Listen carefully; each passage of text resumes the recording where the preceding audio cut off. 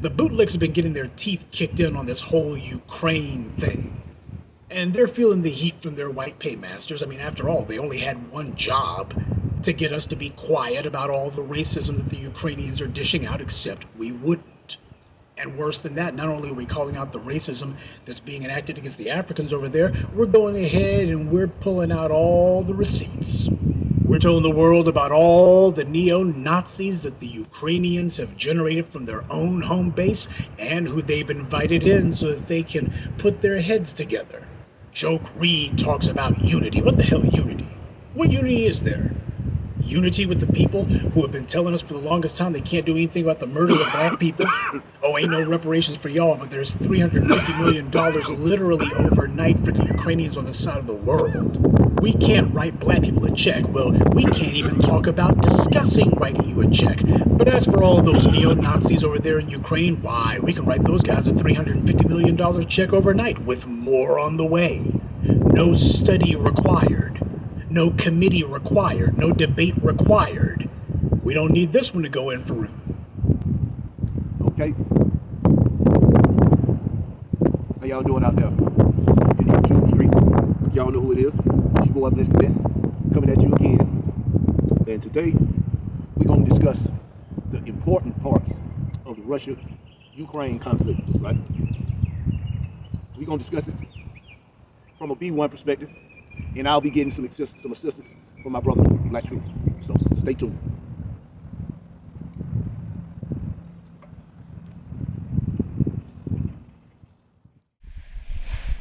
My Facebook over any damn body. Bitches Grandmaster J. Get your paper, arm yourself for this coming confrontation. Cause we all under attack in this wicked ass nation. Better get with Jason Black, he got the useful information. Stay on code as he expose all the Satan machinations. He ain't talking about shit, he ain't talking reparations. We'll show your ass a riot, those were peaceful demonstrations. All eyes on Bree, cause we all. Alright. So let's get right into it, right? The Russia-Ukraine conflict. Should intelligent black society care about it? If so, why? That's the question that we're gonna answer today. Right here, that's the question we're gonna answer. So, I've been looking into, what the Ukraine-Russia conflict is all about in the last couple of weeks, just like probably everybody else, right? And so, a couple of things stuck out. Like early on, right? They asked Putin, what was his reason for invading Ukraine? And he said that Ukraine's government was corrupt and that the whole government was neo-Nazis or Nazis, right? So, the white media, they would mention that, they would mention it, but they would mention it in a dismissive way, like yeah. Putin, Putin said anything. He just want to invade because he feel like it used to be a part of Russia. He don't want the UN to get a hold to it. Blah blah blah. They gloss right over the neo-Nazi part. Because most people in America know nothing about Ukraine. We more familiar with Russia because Russia is a longtime foe of the U.S. Right? So boom, I heard it, and I semi-fell for it. I felt like, he probably was throwing something out there. And the reason why I kind of dismissed it, because I know that, a Russian calling a Ukrainian racist is the pot calling the kettle black. So, kind of went in one ear and out the other, right? Then, as the story continues, I started seeing the stories about the African students that was in Ukraine. They was trying to leave when Russia started to invade, and they were saying that they was letting Ukrainians go first and all this and that. And I was like, wow, that's crazy. Yeah, even in a full-scale war, they still got time for anti-black racism, not anti-African racism, not anti-Jamaican racism, not anti-African American racism, but anti-black racism. The one thing that all white supremacists and all white supremacist sympathizers and all white supremacist allies have in common, right? So, anytime I see black people getting disrespected, I don't see an African disrespected. I see a black person disrespected. I see Rome That's what I see first. I see Rome. Then it might go through all these other filters, but my human response is to react to Rome, right? So the other day, I'm looking at stories, you know what I mean, scrolling YouTube, and I came across this story what I'm about to play right now. It says thousands of American volunteers to fight alongside Ukrainians. And I was like, wow, you know what I mean? Let me check this out. So it's Americans that's volunteering to go and fight with Ukrainians. And I felt that odd, right? And I saw this story. Stay with me. I promise you I'm going somewhere with this. Just check this out. I'm gonna play the story right quick, right? Let's see. As more of Ukraine is shelled and bombed, the country's desperate call for volunteer fighters grows louder. Among those willing to march in, Americans. Has it sunk into seriousness? Like New Jersey carpenter Andrew Bennett. Was there a moment that you decided you're going to go and try to fight in Ukraine, help Ukraine? This white guy on the screen is a New Jersey carpenter. And I'm like, what the hell? Why does this guy want to go to Ukraine to fight in the war, right? I'm like, man, he must be a Ukrainian American, and he wants to return to his homeland to fight for his homeland. Let's see. Yeah, the moment I found out you could. Have you thought about what would happen if you were to get injured? I guess I'll figure it out when I get there. Hold on. We missed a little bit. We're gonna go back just a little bit. Hold on. We're gonna get all this. What would happen if you were to get injured? I guess I'll figure it out when I get there. Go and try to fight in Ukraine, help Ukraine. Yeah, Was there a moment that you decided you're going to go and try to fight in Ukraine, help Ukraine? Yeah, the moment I found out you could. Have you thought about what would happen if you were to get injured? I guess I'll figure it out when I get there. She asked him, was there a moment? Where was the moment he decided he would go and help fight for Ukraine? He said, moment I could, with absolute pride and sincerity. He's like, you ever thought about, what if you get injured? I guess I'll figure that out when I get there. Wow, this guy has amazing drive for something that has nothing to do with him. Wow. With no backup or safety net from the U.S. government, the risks are enormous. Nevertheless, he's ready and willing to be part of the bravest armed forces and join the International Legion of Territorial Defense, which is home to 16,000 volunteers from across the globe, says President Zelensky. The International Legion of Territorial Defense. That's an organized group of foreigners that go to Ukraine to fight alongside the Ukrainian soldiers. Wow, I didn't even know that such a thing exists. I'm gonna back up a little bit and let y'all hear that again, because I know the wind is blowing out here. It might be kind of hard to hear, but man, this is crazy. Check it out.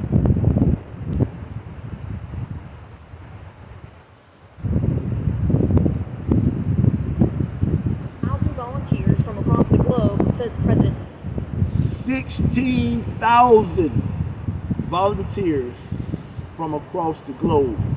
And now the president of Ukraine is about to talk about it. 16,000 people.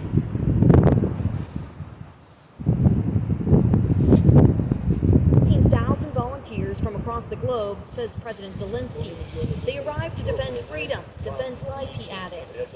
We were there as Bennett began his paperwork at the Ukrainian consulate in New York, the form advising people to be fully self-equipped with uniform, personal protection.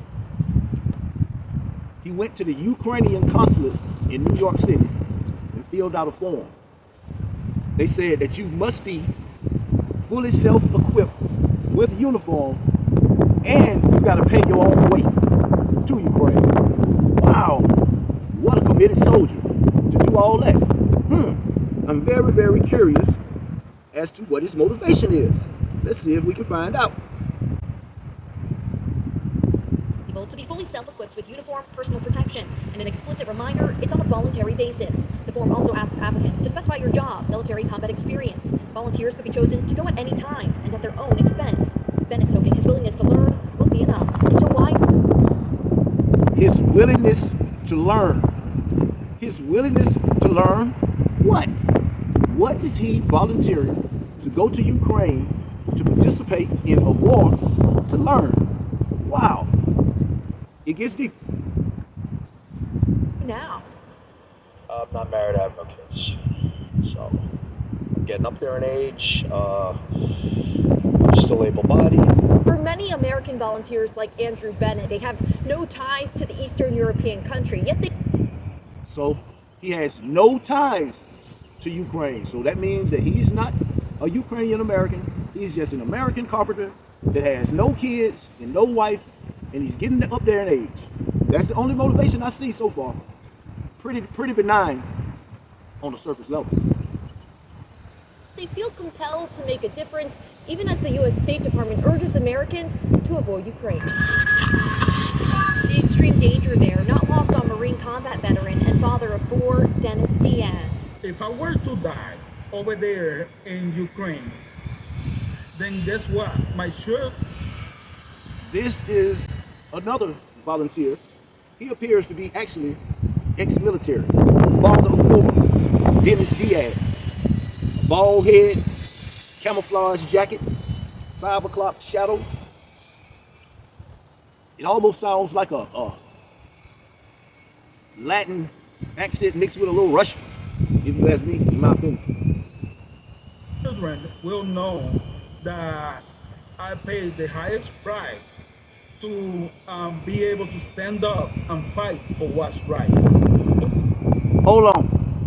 We're going to go back. We missed a key word, a key phrase.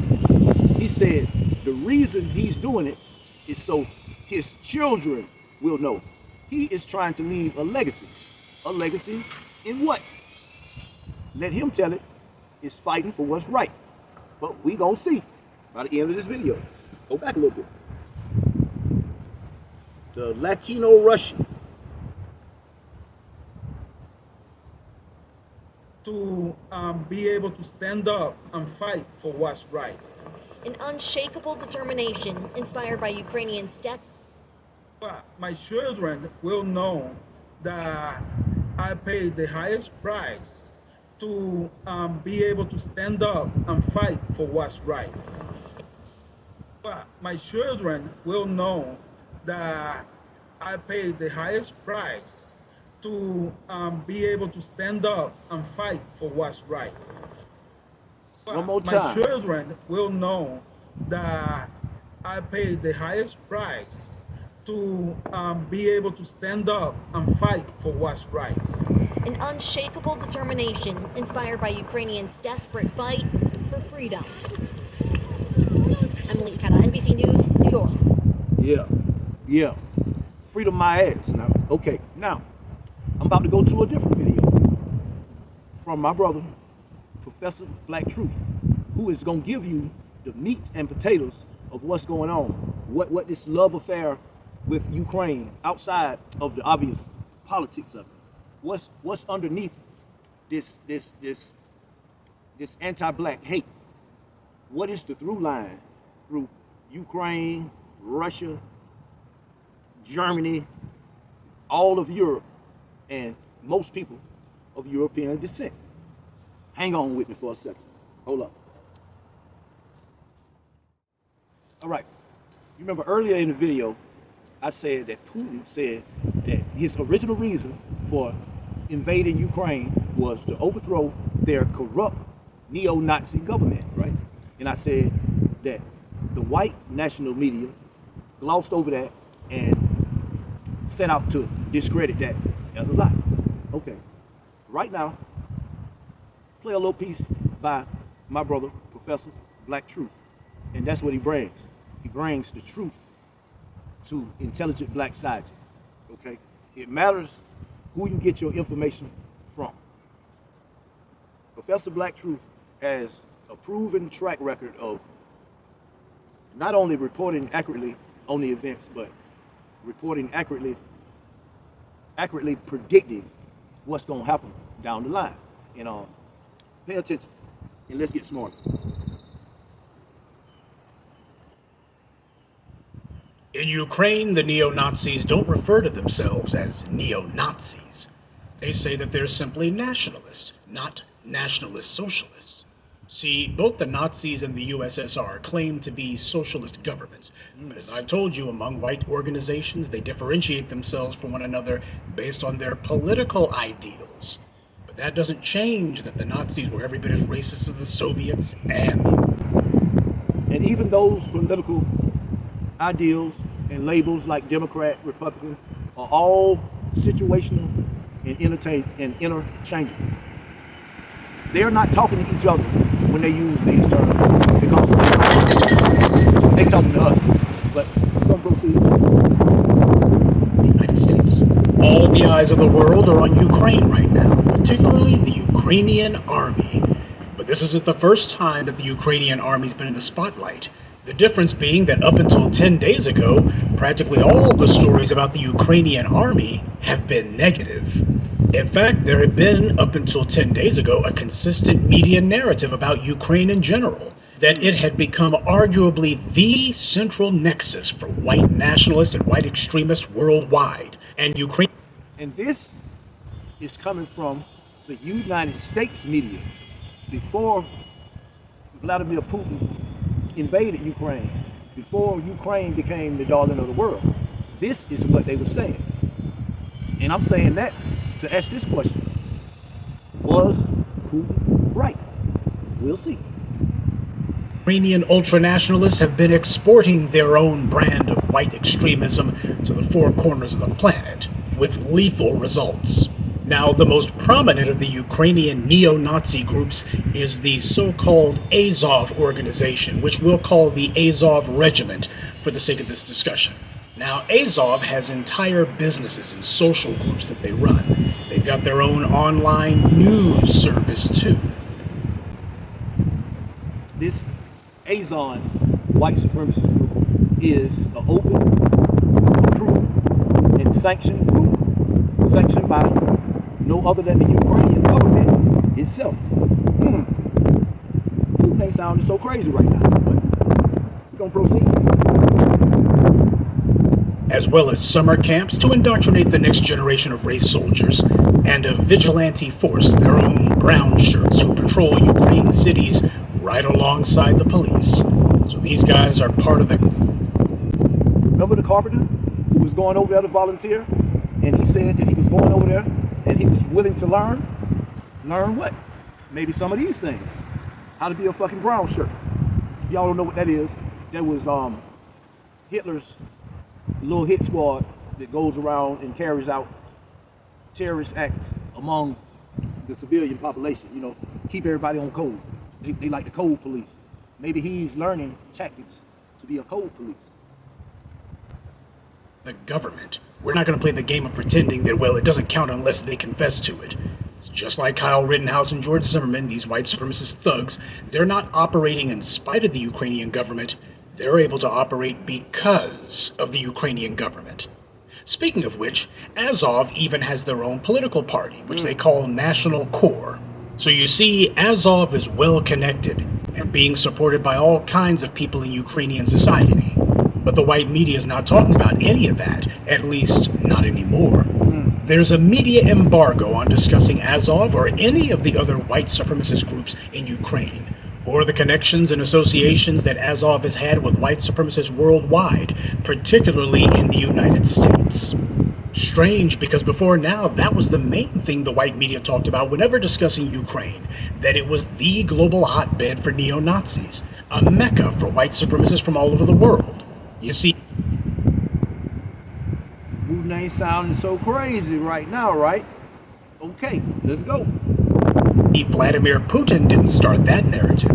The white media had been reporting it for a long time before he did. As you would expect, Ukraine has become ground zero, a breeding ground for a whole number of white extremist organizations, such as C-14. There's also another Ukrainian neo-Nazi group that's just as bad as Azov. They're called Pravyi Sector, and in English, it means right sector. And just like Look, I'm gonna be showing y'all some of these symbols, you know what I mean? Shit to look out for when the white supremacists try to hide behind it, because this is information you are not supposed to know. Check out this symbol for this group he's talking about, right sector. Let's see if y'all can see this shit right quick. Let's see. Let's see. I don't know. Can I get a good picture of that? Maybe. Maybe not. I'll just post it up with the picture in post production. I'll do that because there's a lot of symbols on here that y'all need to be able to see. But stay with me. the Azov Regiment, right sector is also suspected in a number of assaults and murders, often of pro-Russian activists in Ukraine. And like the cancer they are, right sector has metastasized, spreading to other countries like France, the United States, even as far as Brazil, which has its own neo-Nazi subculture. Supporters of Brazil's right-wing extremist autocrat Jair Bolsonaro have displayed the right. Every white supremacist ain't white. And the only thing worse than a wannabe, no, fuck that up. The only thing worse than a white supremacist is a wannabe white supremacist. Because they got to go above and beyond to make the real white supremacists trust them, which they never will.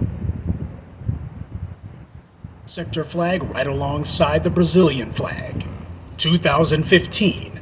The same white media who today refuses to say anything about Azov Battalion or any of the other Ukrainian neo-Nazi groups, who claim that Putin's accusations about neo-Nazis in Ukraine are false or otherwise overstated. Well, 8 years ago they were writing stories about the US Army trainers who had gone to Ukraine and the serious questions that had arisen regarding the Ukrainian men who they were training. The situation was so blatantly wrong that when the Russian Foreign Ministry brought up that US Army personnel were training guys who wore swastikas on their uniforms, the white media didn't even bother to discount it. Instead, they Putin ain't sounding too crazy right now. referred to a military official who simply said that all the Ukrainians who were being trained had been thoroughly vetted, whatever that means, and that the Azov Regiment, who Newsweek refers to by name, had been excluded. They even mentioned that Azov's been called a neo-Nazi group. Now, this wasn't Russia Today who said this. This was Newsweek. And this was in 2015, only a year after the Maidan Revolution. The claim that Ukraine had a neo-Nazi problem was the main point of most of the articles that came out of these white media outlets. Sure, most of them were written before Zelensky became president, but at no point was the white media saying that the neo-Nazis in Ukraine weren't a problem, or that they had otherwise been dealt with.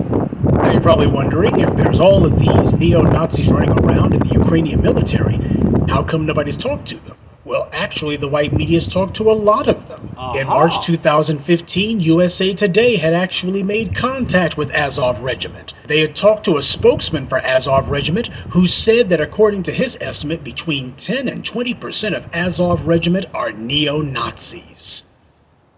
That's coming from a spokesman for that group. They admit that by their estimation, which we can be sure is really understated, undercounted, that as many as 1 out of every 5 members of Azov Regiment are neo-Nazis. The question wasn't whether or not they had neo-Nazis, just how many are there. Now, of course, the commanders of Azov Regiment, when they were asked about it, they denied all of it and said, hey, these are all just patriots, and we're going to talk to that guy who told you this, and he's going to have to be disciplined for this. He's spreading misinformation. He probably dead by now. So, has the US government been giving money to Azov Regiment? Yes. Since at least 2015, Congress had put a provision into the defense bills to ban aid to Ukraine from going to Azov Battalion, but the very next year, 2016, the ban. 2016. That was a big year. A big shift in American politics from covert white supremacy to overt white supremacy with the coming of the great white supremacist Donald Trump. That's why 2016 is a significant year for them to lift this ban on spending money with this particular group of the Ukrainian military. Interesting. Ban was lifted at the behest of the Pentagon. So someone, or a number of people in the Defense Department, were very, very eager to make sure that Azov Battalion got some funding from Washington, not to mention a commitment as well. Now, members of Congress, mostly Democrats, had spent the next 3 years trying to put language back into the defense bill to prohibit funding to Azov Regiment, but they'd been defeated 3 years in a row. Finally, in 2018, they got the language back into the defense bill, and it has allegedly been there ever since. But the damage had already been done. In 2015, according to the Daily Beast, at least one member of Azov Regiment bragged about getting training from U.S. military trainers. He even said that there were... I'm playing this to show the link between the United States government and the Ukrainian government, all of the backdoor dealing that's been going place with known white supremacists. I'm not surprised. Volunteer engineers and medics from the U.S. military who were still assisting Azov Regiment. Obviously, white supremacist groups from the U.S. have met with Azov Regiment and have deep ties with them. One such group is the Rise Above movement, which has been charged with a series of violent attacks in California. Now, just like the Proud Boys, RAM bills itself as a white nationalist fight club, basically MMA with swastikas, which means they would fit right into Dana White's organization. In 2017, RAM was at the Unite the Right riot in Charlottesville. You can see 2 of their members in this photo.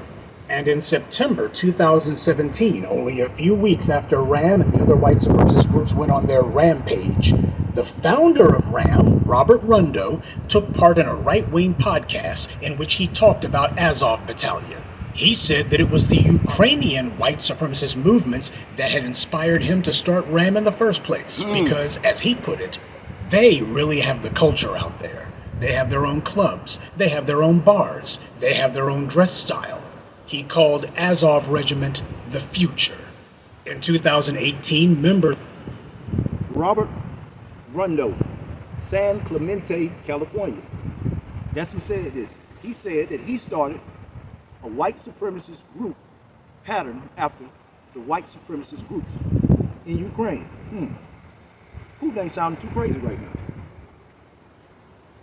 Members of the Rise Above movement were arrested for their part in the Charlottesville riot, including Rundo. 4 of the members of RAM would be charged and plead guilty to conspiracy to riot. None of them got more than 36 months. Rundo, however, didn't take a plea deal. He was counting on his white skin privilege to keep him out of prison. And he was right. In 2019, a California judge dismissed the charges against Rundo and 2 other members of his terrorist group, claiming, unbelievably, that the law he was... The headline reads, Judge dismisses federal charges against 3 members of the HB-based white power group. Wow.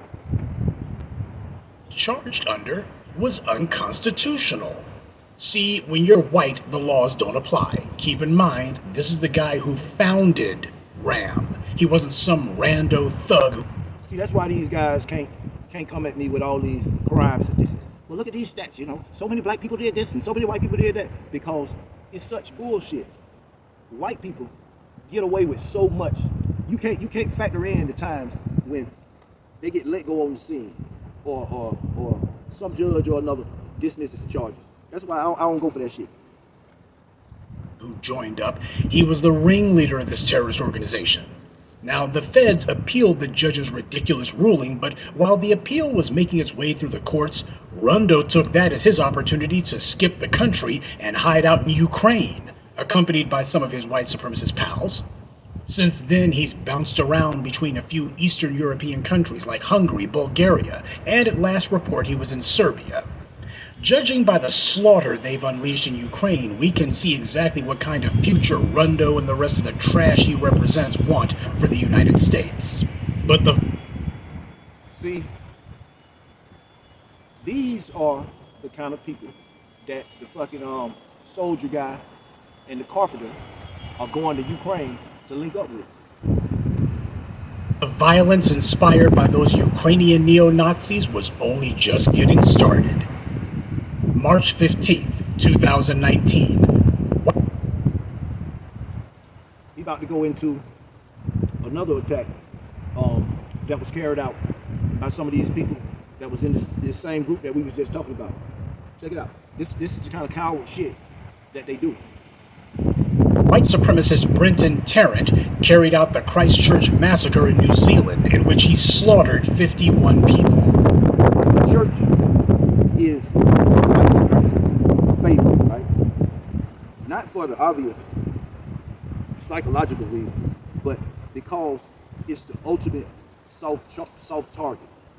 Like it's a 99% chance that most people in the church are off guard. You know what I mean? Some violence is the last thing that they're thinking about at that time. That's why they love the church attack, because they love soft targets. You normally never see them going head up unless it's against women or children. As it turned out, just 4 years earlier, Tarrant had gone to Ukraine. Now, while detailed reports of what Tarrant was doing there are not known, what is known is that the New Zealand government admitted that he had made contact with a number of right-wing groups, not just one, a number of them. Few in the white media thought to connect Tarrant's horrific act to Ukraine at the time, and you don't see anybody discussing it now. Tarrant even wore a black sun patch on his clothing. It's a symbol popular among white supremacists worldwide, including Azov Regiment. Sounds a lot like... Make sure I post up all these symbols, man. It's crazy. It's a lot of them, and they change up. They change up so that they can deny it, like the OK sign and all that bullshit. But I'm gonna post all that up. Dylan Roof, now don't it? The white supremacists all operate out of the same playbook. You'll also recall that Tarrant made sure to live stream the mass murder because Facebook has been one of Azov Regiment's most important and successful recruitment tools. It's where Azov and their racist pals like to congregate. After the massacre, Tarrant became a hero to the Ukrainian neo-Nazis who were publishing his so-called manifesto and doing whatever they could to make him a Are murderers. These are terrible people. White supremacy is satanic, man. hero among their ranks.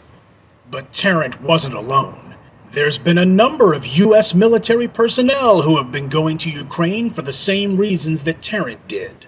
6 months after Tarrant carried out his massacre, Jarrett William Smith, a U.S. soldier stationed in Fort Riley, Kansas, was arrested by the FBI for, among other things, planning a bombing spree and distributing information relating to weapons of mass destruction. That's a popular theme among the white nationalists, if they can get their hands on chemical, biological, or even nuclear material. Remember the carpenter? He's eager to go over there and learn. Smith also planned to go to Ukraine to fight alongside Azov Regiment. He never made it there, but he was in contact with a number of U.S. soldiers who had. For years, Jarrett Smith had already been in contact with another American soldier, Craig Lang, who acted as Smith's mentor. Lang had already traveled to Ukraine, and when he got there, he joined Right Sector. And this Lang character is an interesting one too. According to court documents, in 2017, while in Ukraine, Lang had met another Army veteran, Alex Ziefelhofer, and both of them fought for Right Sector.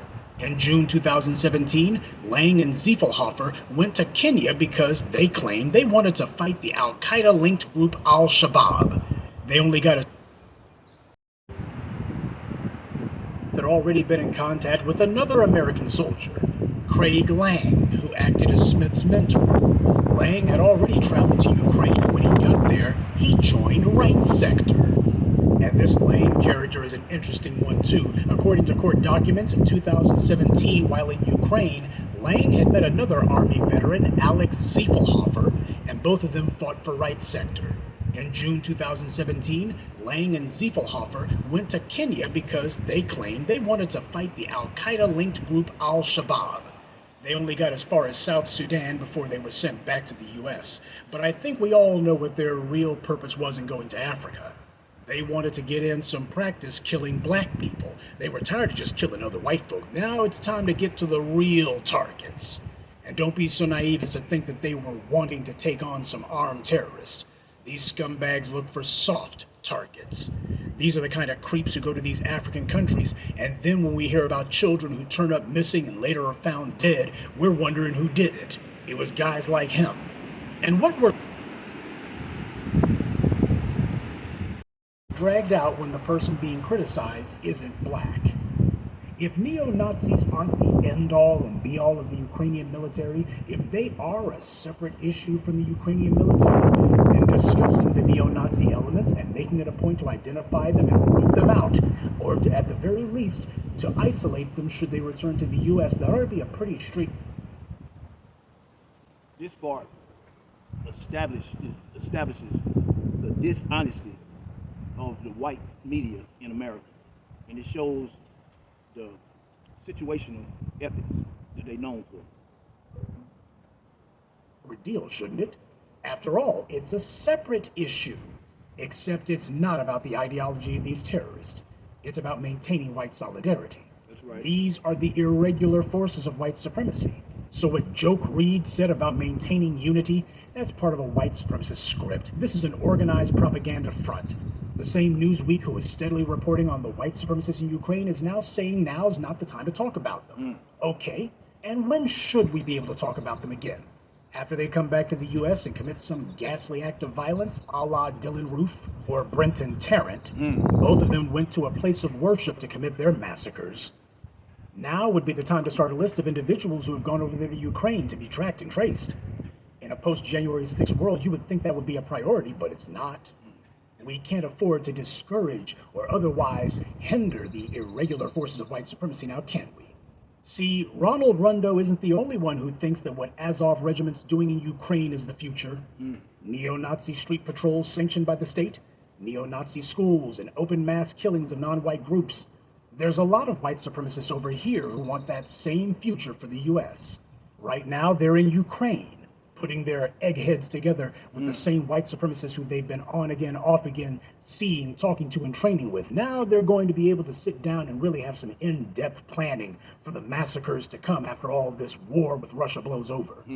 The white media has been trying to, albeit very subtly, start a narrative of redemption for Ukraine.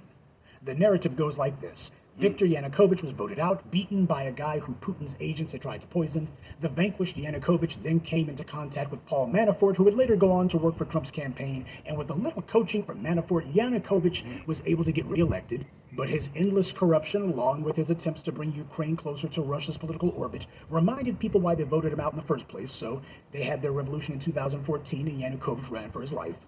There were some other thugs and ne'er-do-wells who were in Ukraine's office, but for the most part, Russia's power had been broken. And the hordes of neo-Nazi groups that sprung up after the Maidan Revolution of 2014, well, those are just the messy excesses of freedom. And it doesn't matter anyway, because in 2019, Vladimir Zelensky won office running on a platform of, well, reform.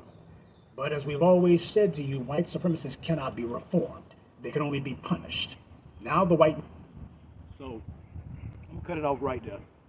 And this entire video was made to inform you not to listen to any of these egg-headed motherfuckers that will tell you that this Ukraine shit has nothing to do with black people in America. It's all about white supremacy, and it's all one big movement, and it's worldwide, and it's linked. That's the reason I came to y'all with this video today. So, like I always say, this your boy Bless the Best, your host to the next post.